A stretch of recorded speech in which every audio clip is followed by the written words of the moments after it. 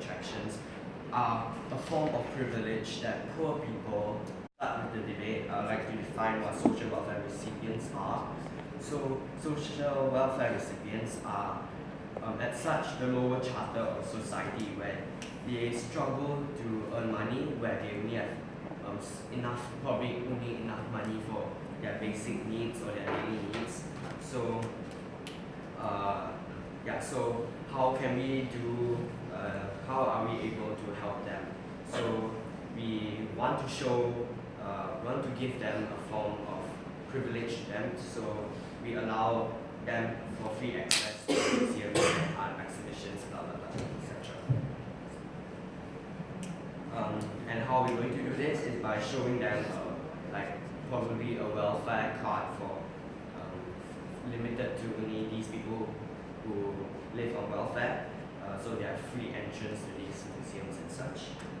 So our burden of proof will be number one, we don't have wide access to museums, etc. We say it's important for them because it's a form of education, which I will explain in the later debate. And second, I will say why otherwise they wouldn't have the ability or to access these forms of privilege. And on the other side, they have to prove why it's okay for them, for these poor people, these people who are living on welfare, why is it okay for them to have the lack of access to these museums. So, moving on to my first argument. In today's world, or the context in today's world, is that oftentimes these people who live on welfare, or these poor people are able to pay for these museums or art exhibitions. It's because every day they have to worry about their basic necessities, where they are unable to think of other privileges because they wouldn't have enough money to do so. Anyway, so yes. What is the significance of these exhibitions and museums to your communities? That will be the explain. We like to say that it is the failure of the government that they are unable to eradicate poverty from the country, right? So that's why these poor people, these people who live on welfare, they suffer because of it.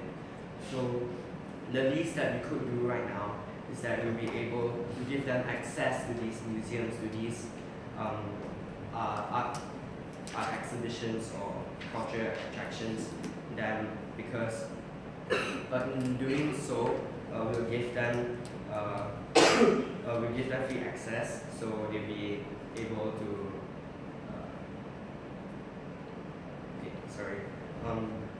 because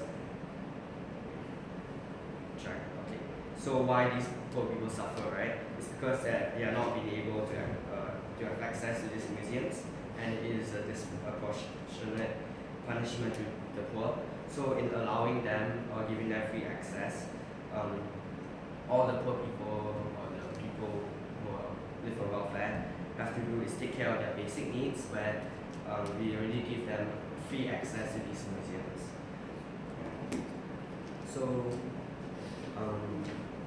So we have already said earlier on that these kinds of museums or art exhibitions, etc., are a form of privilege, and of course, these poor people are unable to afford that. So, a parallel we will draw to answer the question is why it's significant for these poor people to have access to these museums. It's because that it's for education. So, for example, the government gives free education to these people, to everybody, right? So it's the same thing to the museums, where we give free access to them, right? So as a form of education, where they can learn more things from going to museums or art exhibitions. And of course, the government always aim to get good merits to everyone, right? So we think this is a good solution to help. So our second, to my second point, like that how museums are less likely to shut down. So during in our world now, museums, most of the time museums do not have enough funding to keep them going. So what would happen if the government fund free access, to fund free access to the people, right? So I have like 3 outcomes here. So the first outcome is where museums, etc., have more money.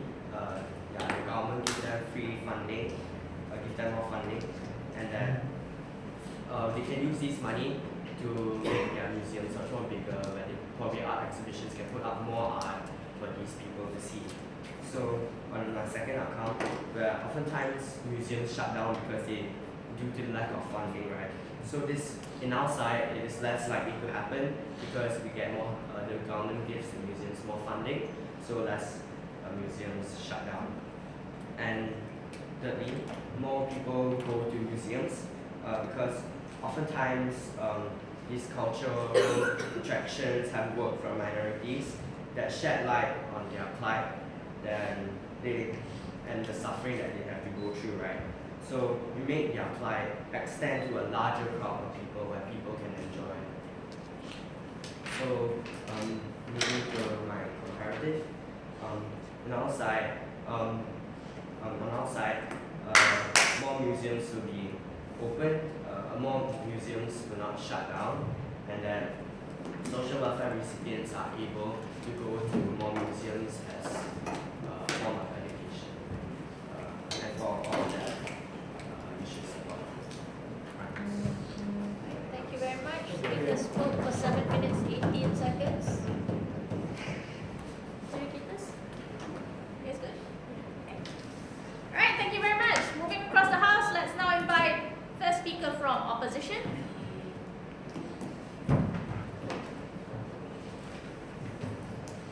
We have to understand the problem of the poverty cycle is which also leads to the social welfare recipient is very bad. Where people can't even put food on the table, and there are people homeless out in the streets.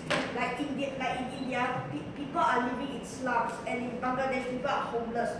This problem is very bad. And what we know that this problem is not actually being solved by public, but instead the public discriminate them. So what government need to think is, when you allow these social welfare recipients, also known as the poor people, if they enter the museums or art exhibition, would they be discriminated, and would that be the point of they going to these cultural attractions? First of all, several rebuttals to the PM. So actually, he's mainly talking about how this can provide education for the social welfare recipients, right? But understand that when these social welfare recipients, when they enter the doors of the museum, people will look at their clothes. They'll know that they are poor people, and instead of going there to seek knowledge, they're being discriminated by stereotypes and even slurs, which I'll explain. And another thing, for the whole entire, the PM said that they want to achieve there will be more museums and less museums to shut down, right? The problem is, he said about that the museums will get funding, right? But they don't get the money. Instead, they just allow these social welfare recipients to enter it for free. Sorry. So moving on to my argument on how by going to these how when these poor people go to these art museums art exhibition and cultural attractions, and how it creates discrimination. So you have to understand nowadays, when people look around you, they look at appearance first.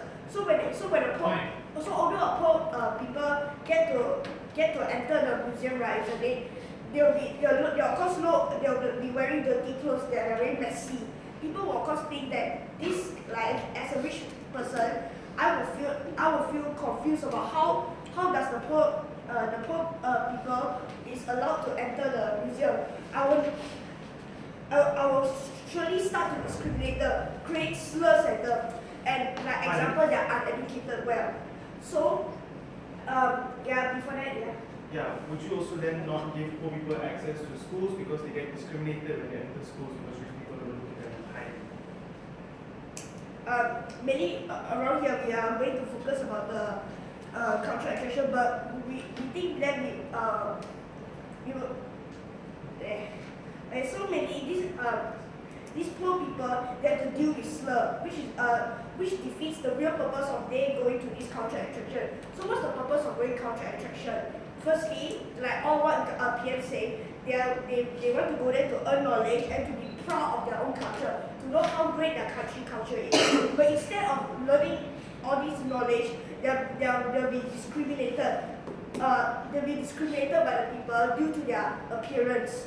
And this defeats the purpose. They have to deal with more slurs and more stereotypes where people discriminate and look down on them. So then what is the point of going to this cultural attraction anyway? Isn't that equivalent to not going at all? Instead of going there to seek knowledge, you're going there to be discriminated and to deal with these slurs, which is very bad. Even though Daphne may say, and since these poor people really want to seek knowledge, they won't bother all this discrimination instead of seeking knowledge, but we think it's not true. Because the toxic environment where people keep discriminating you, obviously you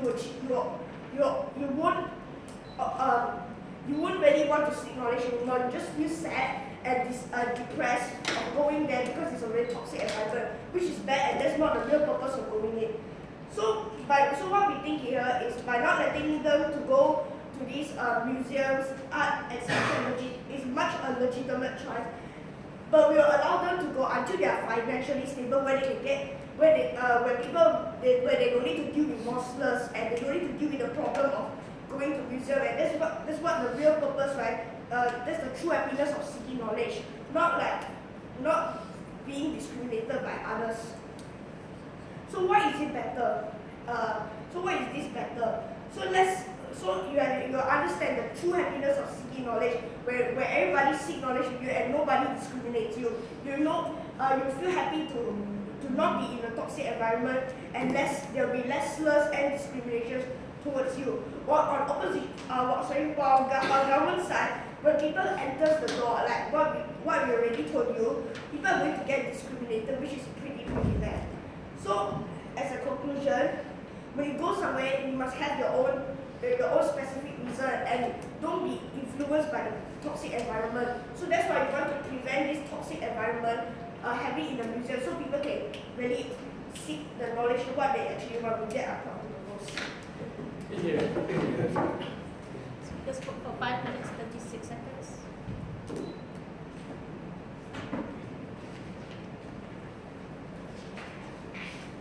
Thank you very much, Opposition Leader. Did you hear this good? Alright. Moving along, let's have the Deputy Prime Minister.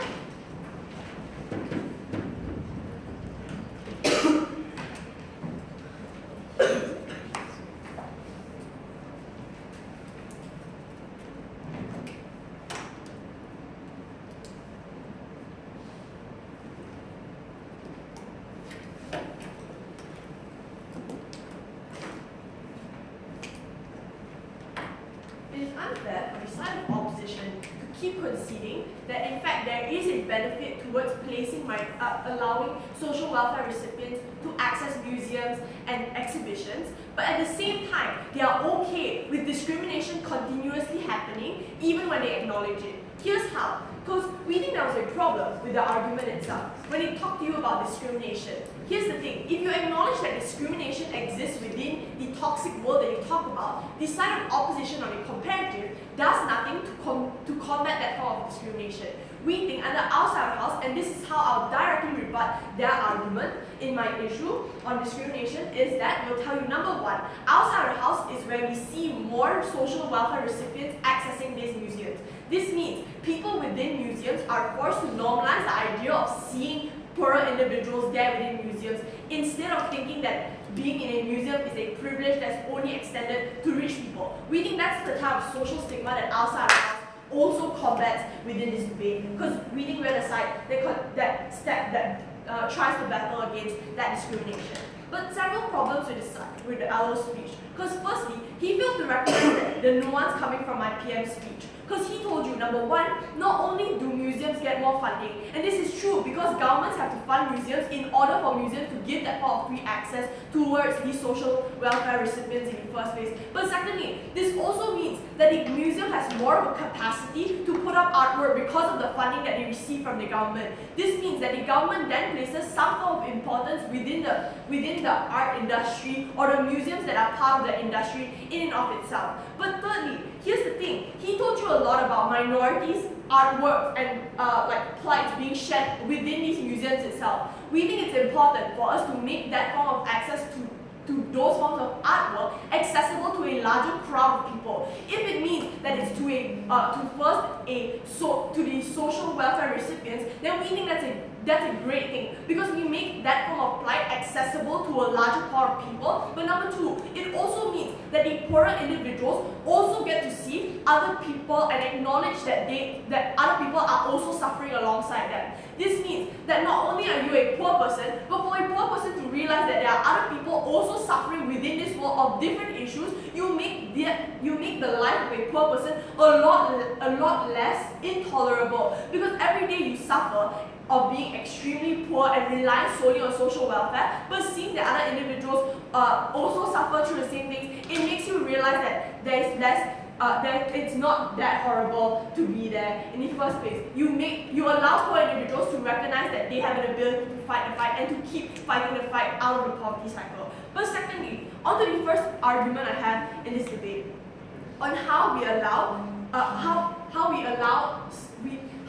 stop the disproportionate punishment against poorer individuals who don't have this form of access. Because firstly, it was very important to notice that the context coming from my PM was that he told you that within the world we live in today is where number one, oftentimes poor individuals don't have the luxury of access towards these kinds of art museums because social welfare services simply give you the bare minimum that you have to sustain your lives. It's never about giving you more access towards things other than necessities.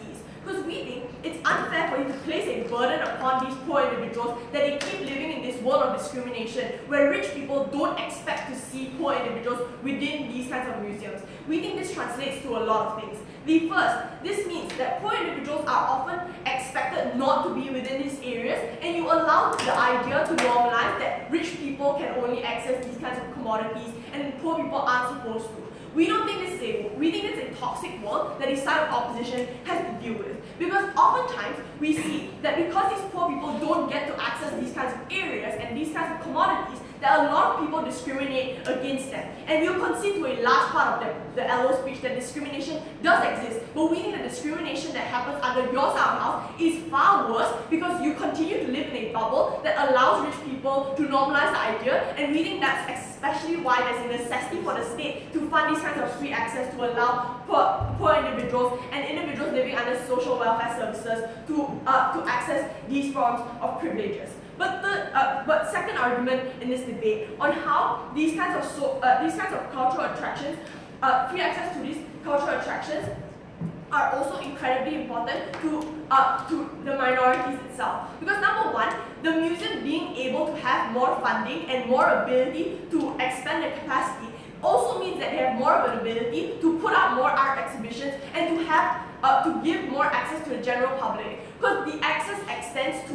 poor individuals now for free, but this also means that the general public also enjoys having more artwork being put up within museums itself. This means that museums are less likely to shut down because people don't go to them. Because here's the thing, in society it is true that a lot of people oftentimes forego museums and they choose not to go to them. But here's the thing, the point at which we make it accessible and more larger to a larger range of people means we have more people going to these museums, also means that museums are less inclined to shut down. Because oftentimes we see that these kinds of museums struggle to stay alive because of the lack of people going to these museums and because of the lack of funding from the government, from the state itself. This means that we grant that form of accessibility to people, but it also means that the museums have more of an ability to stay alive within that form of industry in the first place. But here's the comparative in this debate. Under our side of the house, we'll acknowledge to a certain extent that discrimination exists, but we think that's a trade-off that we're willing to make because number one, we see that the access towards these forms of museums is much more important, but secondly, it also reflects a lot of the minorities' plight in which it is exhibited within these museums itself. But thirdly, we think the comparative is important, where our side of the house grants access towards these kinds of museums for social welfare recipients in the first place. This means that the people of the lowest strata within society, who are oftentimes denied these kinds of privileges as determined by society, also gets these kinds of access towards these kinds of commodities. We think the comparative under that side of the house, which is unfavorable, is where number one, individuals on the ground are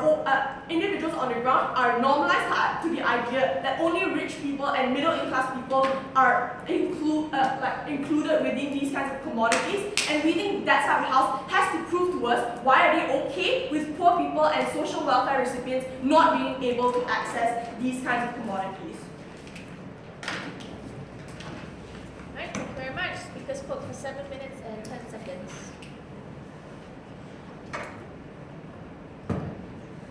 Thank you. Let's now have the Deputy Leader of Opposition.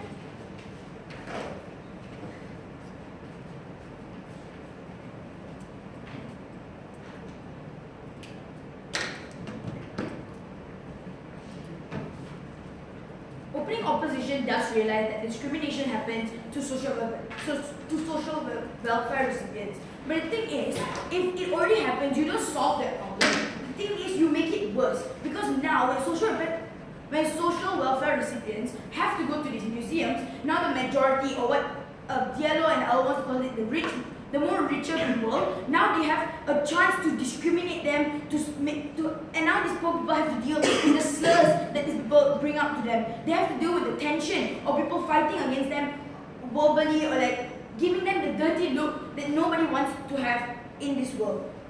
I'll deal with OG first before moving on to my argument, which is what is the reaction to society.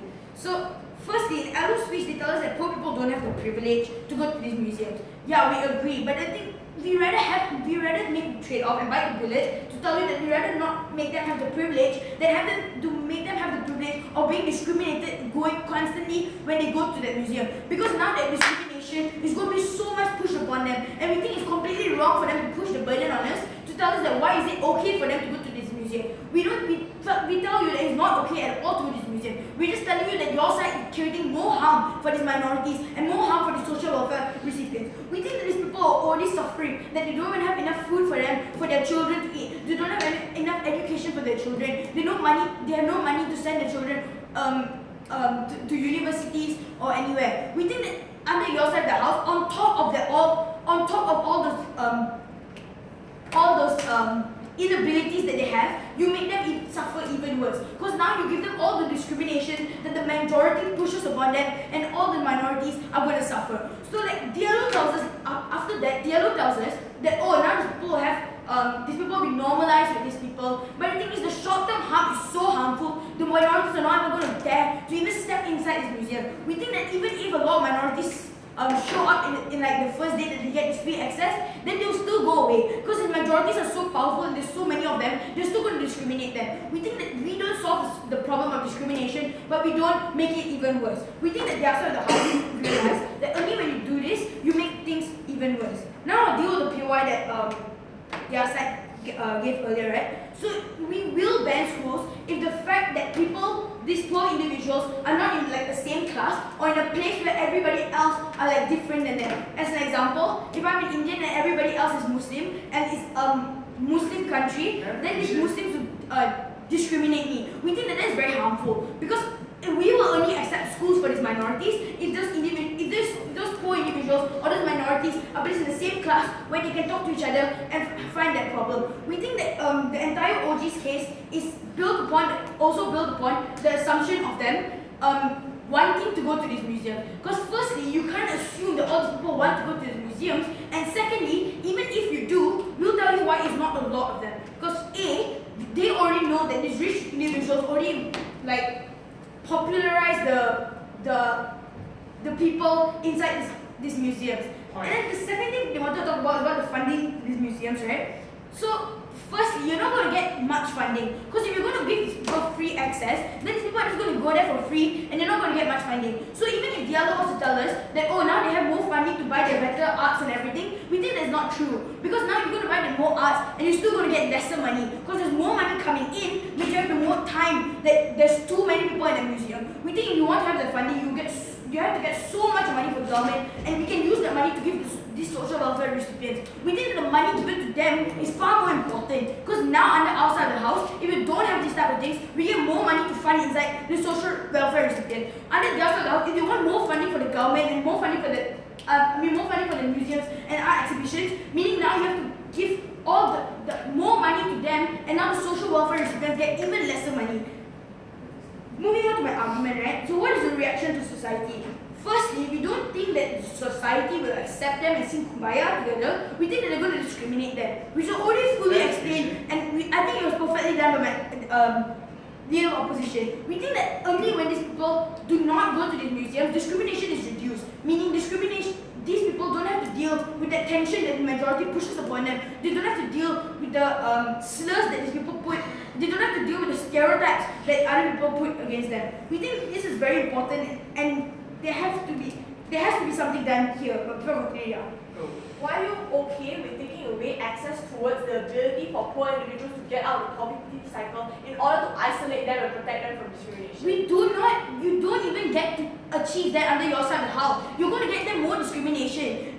You also don't get to break the poverty cycle under your side of the house because you make things worse. Because now you get lesser social welfare for these recipients to get. Meaning now this person will not be able to get that college degree that he wants his son to have. He won't get the opportunity to feed everyone the chicken rice that everybody wants to have inside his family. We think that's also very important. Second thing that what society will react to is they'll call them out. They'll say that these people are poor individuals. We need to do some, like, they're different than us. We don't want that to happen under our world. We think discrimination is much lesser under our side because their side creates a lot more harm for these minorities and these poor individuals. Thirdly, these minorities and poor individuals have to face off with the slurs. They have to face off with the tension that this majority pushes against them. Means now these minorities are even more hurt. Means now these minorities are going to be so depressed of their life, they might even want to end it. We think that the outside of the house makes things so much more worse, and we don't want that to happen to these poor people. Secondly, what happens to these poor people? Meaning now that poor people has lesser money, meaning now that poor person has more discrimination, meaning now that person is worse, has a less financially stable life, and we think they don't do anything about it. We think that if you already have a weak individual, you're going to make them weaker. You're going to make things worse in their life for these poor individuals. We think that the only way that we can stop this is that if we stop this perfectly on the side of opening opposition. Thank you very much. Speaker spoke for 6 minutes and 35 seconds. Alright, the House thanked the opening half. Moving along, let's now invite first speaker from closing half. I'd like to recognize the member of government.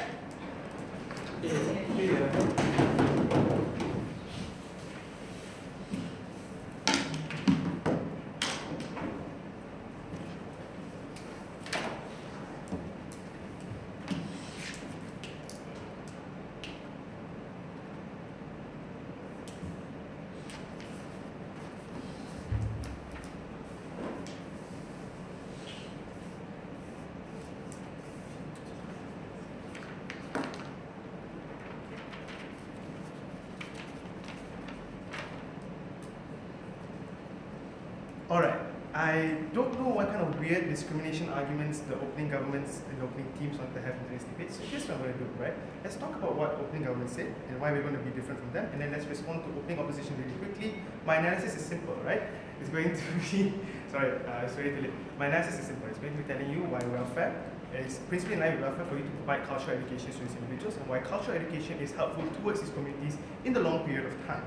But firstly, opening government wanted to come up here and talk to you about education without necessarily telling you why it's something which is particularly important in essence why culture is important of education, right? Technically, subsidizing debate and coming to debate training, it also provides you with education. I think the nuance that we're going to provide from closing is why culture is important to us as communities, how it helps these communities grow, and why it is beneficial. From this, secondly, I don't think museum funding is necessary for us to talk, like it's a necessary burden for us to take into this debate. I think it's assumed and relatively easy to understand that governments will pay your museums for every poor person that enters. That's the policy the opening government wanted to have. We're more than willing to have that policy. I don't know why that became an issue in the opening houses, right? So that's the funding rebuttal that I wanted to come out in today's debate. The predominant analysis that came out from opening opposition is about discrimination, right? Why discrimination is something that's so harmful to us, these poor individuals. Firstly, I don't think discrimination is a fair issue to argue because every action that the government takes for poor communities is responded with backlash. It's responded with discrimination, right? We live in a multicultural society. That means at the point where you have other like minorities, individuals in this nation, there is discrimination against people.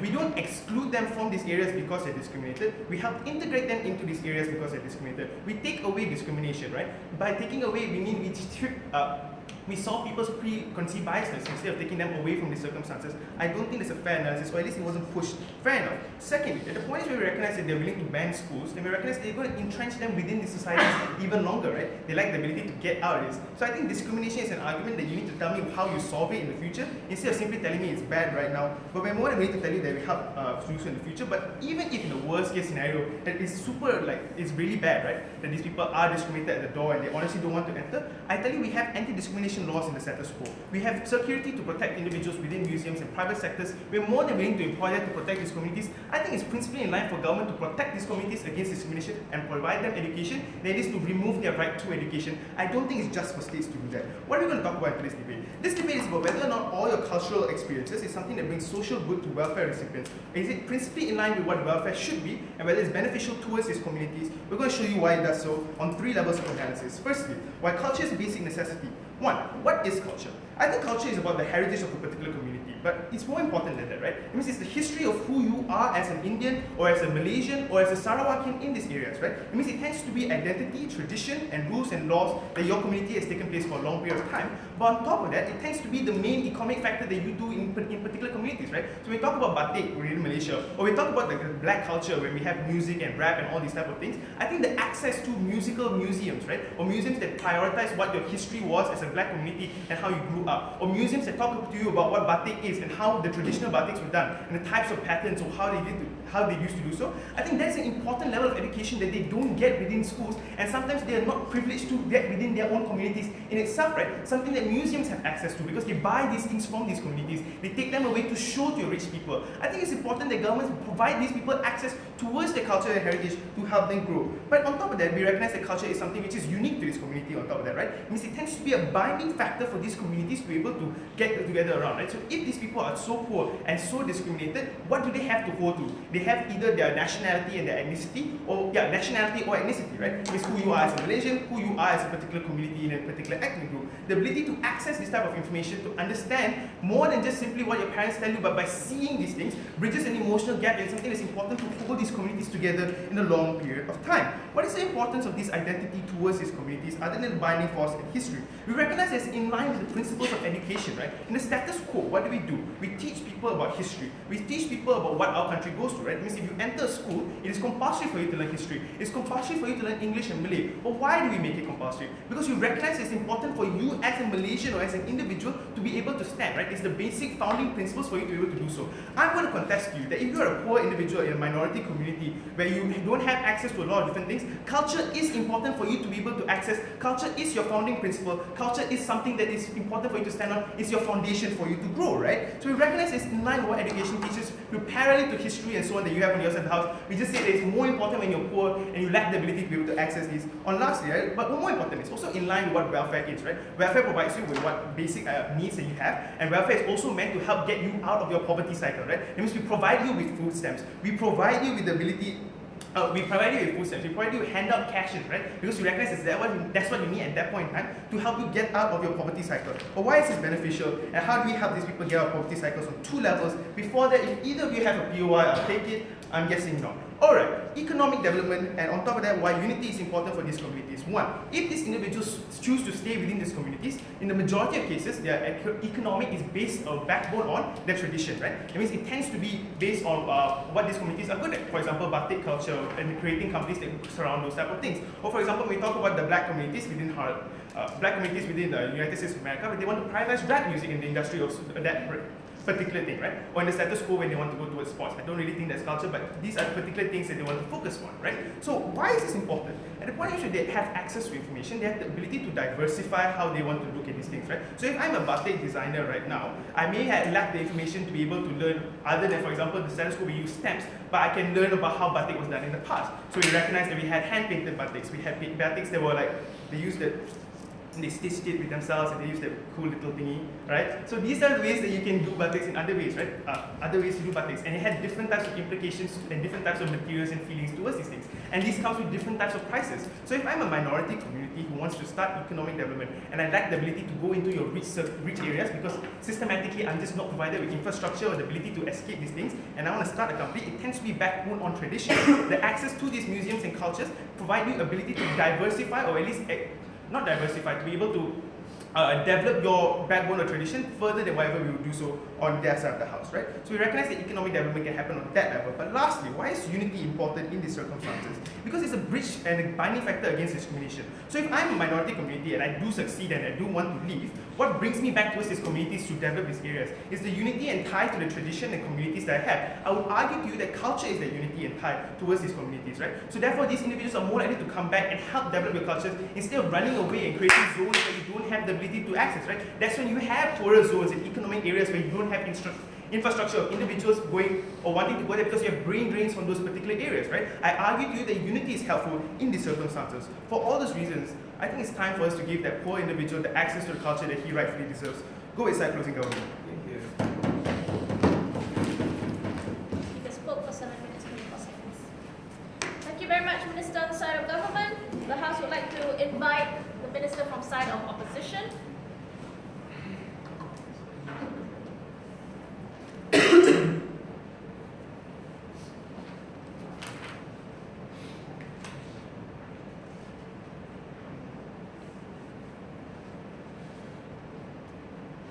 I thought CG was going to get the debate right, but unfortunately all houses debate didn't get it right. Because everyone missed the nuance on going to a cultural museum and exhibition. It's not only about gaining education like what OG talked about, but it's also not about gaining traditional heritage and like learning how to make handcrafts and batik like what CG tried to talk about. It is about learning like wars and downfalls that you face. That means you might be a Tutsi minority and you grew up learning that a Hutu majority destroyed you and killed your family. But when you go to an exhibition or a museum, you learn that the museum over-glorifies Hutu as a hero, and that is what the debate should be about. Because it's about learning that an underprivileged ethnicity, or coming from an underprivileged ethnicity, and learning the bad side of history or the ugly side of history that you didn't know, and that is what the debate should have been about, not about education. I'm going to answer two questions in my speech. First, how will unity, which is what they talked about, will be slower under their world. And secondly, I'm going to tell you how social welfare recipients will resort to other avenues to receive welfare, and that is detrimental. But for that, 2 points of rebuttal that don't fit in within these two questions. Firstly, they talked about giving education, OG talked about. I don't understand this nuance, because if they want education is something that's important, then why don't you just fund colleges and schools to like exempt social welfare recipients from like paying bills and to have better education? Because I don't understand that argument. Because if they say education is important, why don't they do that? They have to tell us the cultural significance they can get from that museum, but they fail to do so. And we'll tell you why a person coming from a social welfare recipient who goes there will face more, that will be more detrimental. But secondly, they told you on how CG told you how they hold cultures and traditions very closely to them. That means when they go to a museum, you'll remind them who they are. That's why I don't get it. Because you don't need a museum to remind you of your cultures and traditions. You can hold on to your cultures and traditions anyways, and you don't have to remind. Before I move on to these questions, one major recharacterization that we have to do. Because social So social welfare recipients are not just poor individuals who want money. It's also ethnically disprivileged individuals who are segregated from society, who have practiced cultures that are also appropriated and misrepresented within these museums. And I'll tell you why later on in my speech. And I'll also tell you why it is harmful for you to witness this sort of things within the museums because it harms your identity. First argument, how is unity slower under their world? Because first level analysis on how it creates aggression. Why does aggression happen? Because if you are if you come from an ethnicity that is disprivileged and you grow up learning that your parents were killed because you were terrorized by a certain community, and when you go to a museum and you learn the truth that is appropriated and is filtered to fit towards majority of individuals, you feel angry because that's not what you learned and that's not what actually happened to your community. But why is this justified? Have we seen? We think government has the right to filter this sort of information within museums to make a most neutral form of information and protect the rights of everyone. Recognize that within museums, a lot of statues are actually whitewashed and also they're also made neutral so that it fits and protects the rights of every single one in society. Why is this justified? We think that at the point in which it damages public confidence, government can filter this sort of information and filter this sort of statues that they have within those museums. This evidently proved because things like the right to information in India, where the government tried to be more transparent, it only created backlash in the borders of Kashmir. But also like researchers, like when they go through anthropology, they don't take the consent of these communities because they do it in secrecy, because they know when once these communities get the consent, when once these communities find out that people are learning about them, it's exploiting their cultures. What we mean to say is that a lot of cultures are misrepresented within these museums, but the reason why government does that is because they want it to be more neutral and not damaging to the majority of the society. But communities don't, like social welfare recipients who come from ethnically disprivileged communities would not understand that because they would feel like government's trying to challenge their cultures and beliefs that are not in line with what they believe. I'll take one. Yeah, so appropriation of culture within museums and unfair look at history. These are arguments against these ethnic groups even entering the museums and being part of the community, not arguments like against our case in general. It's against your case in general because you want free access towards museums because you want them to learn heritage, but at the same time, you learn about the cultural appropriation that government does to you that is damaging to your identity because you will not understand that. But secondly, we think when minorities go to museums and they learn that their culture is appropriated and they learn that the history they learned wasn't actually the history that actually happened, is when they anger the government, is when they feel angered and they'll like held protests or demonstrations towards the government because they're heavily dissatisfied. This is particularly harmful because now it disrupts the probability of unity. Because unity can only happen when everyone is satisfied with what the government gives to you. We think on a comparative, in a world where people are not given access towards museum, at least they remain anonymous towards what's happening in these museums because it's expensive and they can't afford it. It's better that way because they wouldn't know about this misrepresentation that happens that damages their confidence. So at best in our world, at least both sides of the house, even rich privileged individuals are not affected by this and poor people as well. But in their world, when poor people who come from ethnically disprivileged individuals learn about the history that government talks about them, it is damaging to them and it disrupts the unity within other individuals as well. We think we wouldn't want to live in the world. Having C. Second question, how they resort to other form of welfares. So when poor people are, this is our extension, so when poor people don't feel right about like how government misrepresent the information or takes information out of their consent, like what I said, like how anthropology is doing in secret without their consent, that is when they would feel like they don't deserve this welfare anymore. They don't want to get welfare from a government that actually condemns them or actually misrepresents their information or their heritage. This is when they will resort to other avenues to get welfare that are detrimental. This is when they will rely probably on churches or probably rely on mosques for welfare. Why is this bad? Because when they rely on other forces or other avenues that is not the government, that is when it's harmful to them because these aids and these welfares are conditional. It is discriminatory and you have to comply with so many laws. For example, you cannot do abortion or you cannot be gay to get this kind of welfare avenues. So the comparative is, it is better in our world where they are satisfied, they don't know what's happening, the bad things that are happening in the museum, and at least they stick with our welfare other than their world, when they start to be ambiguous with the government and condemn them because they're misrepresenting their heritage and their colonization or whatever that happened in the war, is when they resort to other form of welfares that are discriminatory and absolutely conditional. in our world, we prove to you how we preserve the rights of not only the individuals who are affected, but also the general public of the society, because we believe that government has the right to filter some form of misinformation so that it protects the majority of individuals. Also because that's why we regret things like populist narratives that blame unemployment because of immigrants. These are all rhetoric that are pushed to conform towards the community's bias, and we don't want that to happen. We think it's best for us to keep, at best, we think lesser individuals who come from ethnically disadvantaged backgrounds to learn about what the government thinks about them. Speaker spoke for 7 minutes, 31 seconds.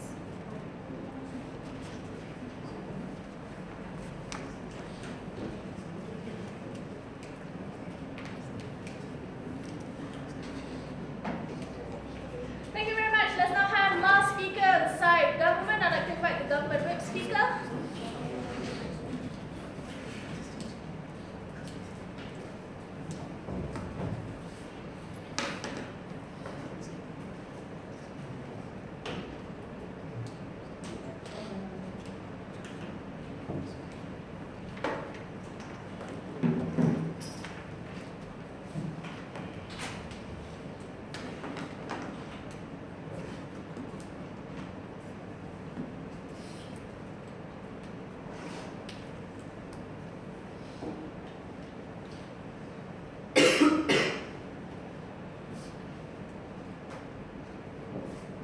I'll be doing 3 things in my speech. The first is to explain what exactly we did within this debate and why exactly it was very disrespectful for the closing of opposition to completely unrespond towards the extension they provided. Number 2, explain exactly as to what the problems are with the closing opposition and why they're extremely delusional with the kind of argumentation that they provided. And number 3, to tackle the little case that is opening of opposition. Now let's do the first part here in regards to what we on opposing government has done. Very clearly from the get-go, we've already shown that we're different from opening of government. They've prioritized the description and arguing in regards to why museums are important and museums are required to stay afloat, and that this is a level of education without ever actually showing us the link as to why exactly it is similar to education.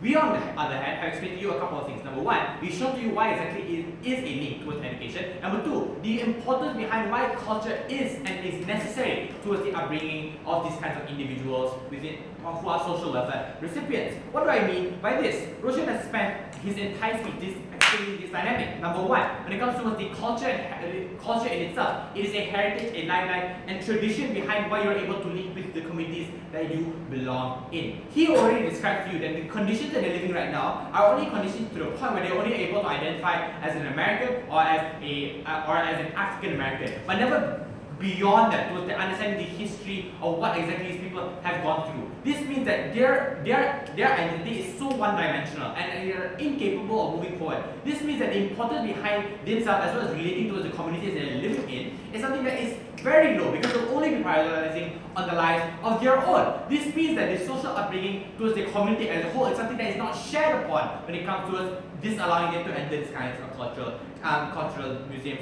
as a whole.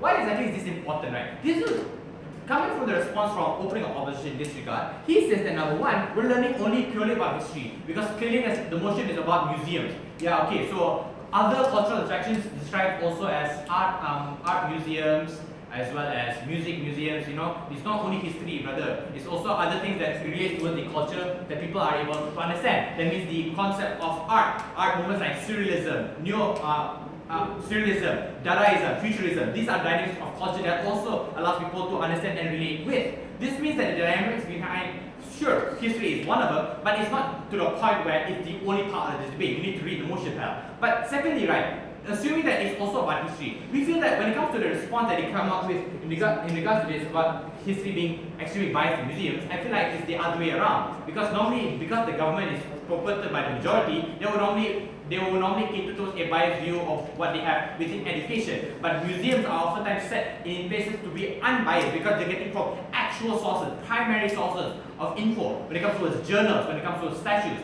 description behind certain events and why exactly it's happened. We feel that if on a comparative of which one is more biased, government's education is far more biased, and you're just going to feed that kind of information towards the people who are socially underprivileged. So yeah, we get it a lot better because it isn't as biased as you guys are trying to describe for. But in that regard, what were the benefits that we talked about that was just extremely unresponded and was never any comparative as to why exactly it won't happen? Because of the fact that number one, the fact that there's economic development not only past the fact that we're able to diversify our ability when it comes to the traditional backbone that we have, but number two, the fact that through the concept of unity, we're able to come back together when it comes to us individuals being able to escape the chaos of political cycle. That's exactly what we're able to concern with. But what was the clash for opening opposition? Here's where I'm gonna tackle them. Number one, they said that how about we just invest in education? So if we could, we would, but in this case we can't. That's why we're focusing on one thing rather than the other thing, because it's going to be far more expensive than allowing you to go to museums.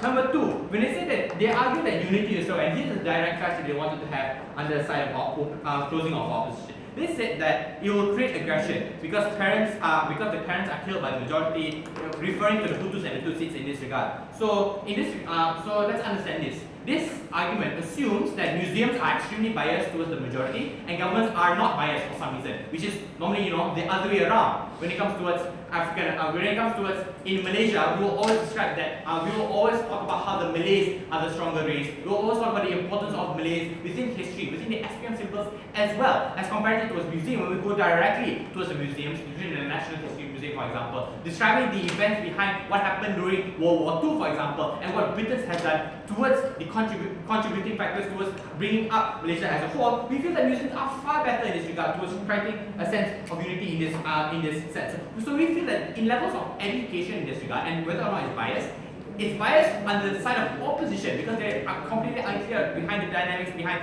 how government sets their education and the dynamics behind how museum sets the kind of history that they've set. Number two was that they were talking about the fact that they are learning to exploit culture and they talk about the argument of cultural appropriation. So I don't really understand why cultural appropriation is an argument in this regard, because cultural appropriation exists regardless. It's far worse than the Yayasan house because museum is a neutral body that does not culturally appropriate. Education, on the other hand, will culturally appropriate in this regard. So we feel that under your side of the house, cultural appropriation is far worse if that is the actual case that we're supposed to debate under, right? So with that being said, the second part that we were talking about was that these people will suddenly be angry because they don't understand why their culture is being shown to other people. Really, they have more issues to care about, like learning who they belong to and learning and also living out their lives as poor people. Like, why do they have so much more energy to suddenly be angry about people learning the exact culture that they were living through, right? It makes absolutely no sense. With that regard, right, the second argument that they had was that they're going to resort to other forms of welfare. Okay, good. They're going to go to religion for welfare. Okay, good. Firstly, it's not conditional that you are supposed to receive welfare. This welfare that you receive is the fact that you're poor and they as a religious body feel that it's their obligation to assist you. We look at zakat, for example, that you're always required to pay as a person who is able to earn steady income, and you're able to give towards individuals who are poor. And why is this exactly important? Because very simply, they want to gain followers. So if religion acts benevolent towards them, then the likelihood of them gain more followers will increase. So it's unlikely that it's going to be conditional. But with that being said, right, opening of opposition case is built around the dynamics of discrimination. Why exactly is this extremely flawed in this regard? They haven't done anything to solve it, and in this regard, discrimination is in its most extreme form by the way they've argued. What do I mean by this? If they want to argue that they're not going to allow people to go to schools because they're going to be discriminated, might as well kick them out of the damn country for a while they are there. You're not doing anything to solve it in this case. We feel that we on the side of closing of government have been very clear that culture is extremely important towards the individuals who are social welfare recipients. And by that, I will end my case. Speakers spoke for 7 minutes 26 seconds. Alright, ready? Good. Thank you very much. Let's now have the last speaker. I'd like to recognize the opposition whip.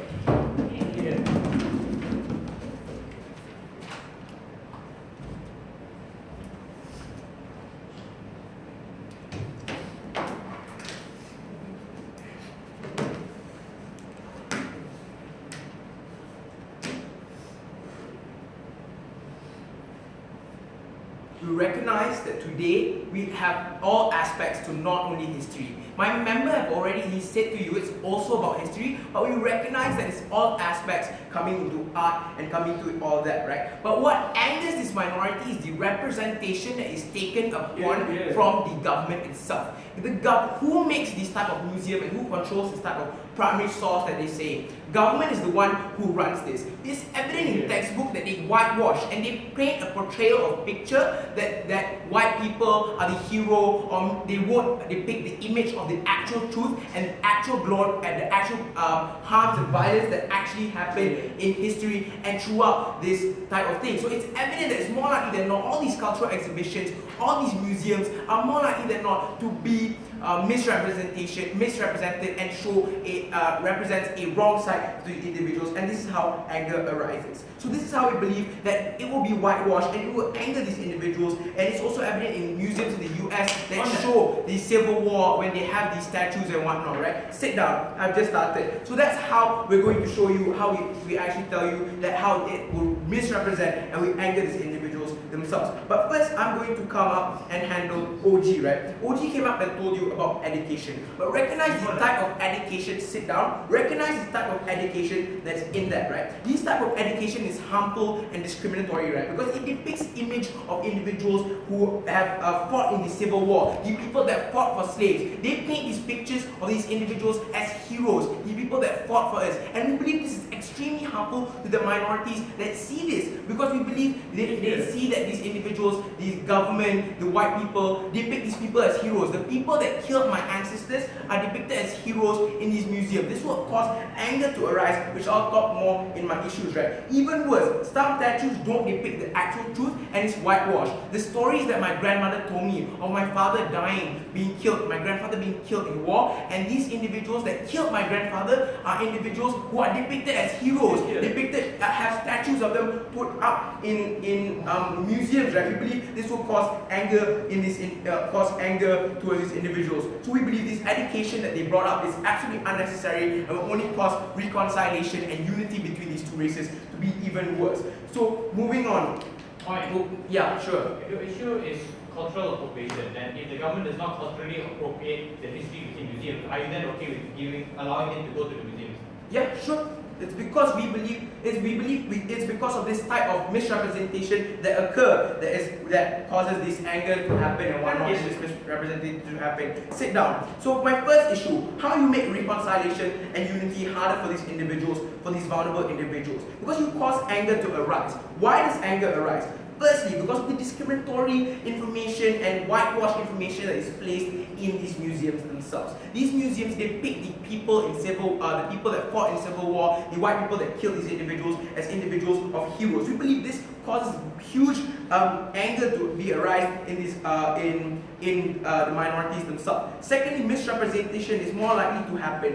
Why? Because government are the people who run this type of museums and whatnot, right? And these people that run these museums more likely to be value neutral, to not want to hurt these individuals. And what happens then is these individuals don't get the truth and they know about this. There'll be more anger and there'll be more backlash towards these individuals. So now what happens is, might sit down. Now minorities will be angry towards the government and the white people that handles this for depicting the wrong image and depicting discriminatory images and statues in these museums. So now there'll be increase of hatred towards these individuals, towards the people on top, towards the government, towards the people on top. So this further segregates these two communities. Sit down. This further segregates these two communities, and it further causes hatred and tension and friction to happen. So in their side, it's harder for these individuals of the minority to actually come one and reconcile with the individuals, with the white individuals, because of this tension and the anger that occurs. And this conforms to confirmation bias, because when you depict these images of these black people being angry, like people already giving you the access to these museums and you're being angry, now you depict this image of these black people as being ungrateful, as being a community and minority of anger. So we believe this causes both tension, not only the anger to arise in the minority, but now the people, the white people, the government on top will now see these people as angry people, and this conforms to stereotypes, which we believe is more harmful, because at the end of the day, both sides both sides of the house want to actually get unity between these two communities, and we believe the best way to go is closing gulf, where we actually don't show them these type of things so they don't get angry, and we believe reconciliation can happen better on the outside. Before that, yeah, sure. Yeah, assuming that it's true that cultural appropriation does exist within museums, the point at which more people get access towards these kinds of information is also the point at which we allow for people to know that misrepresentation happens and we call it out. Why is it then okay for your culture to remain misrepresented within museums?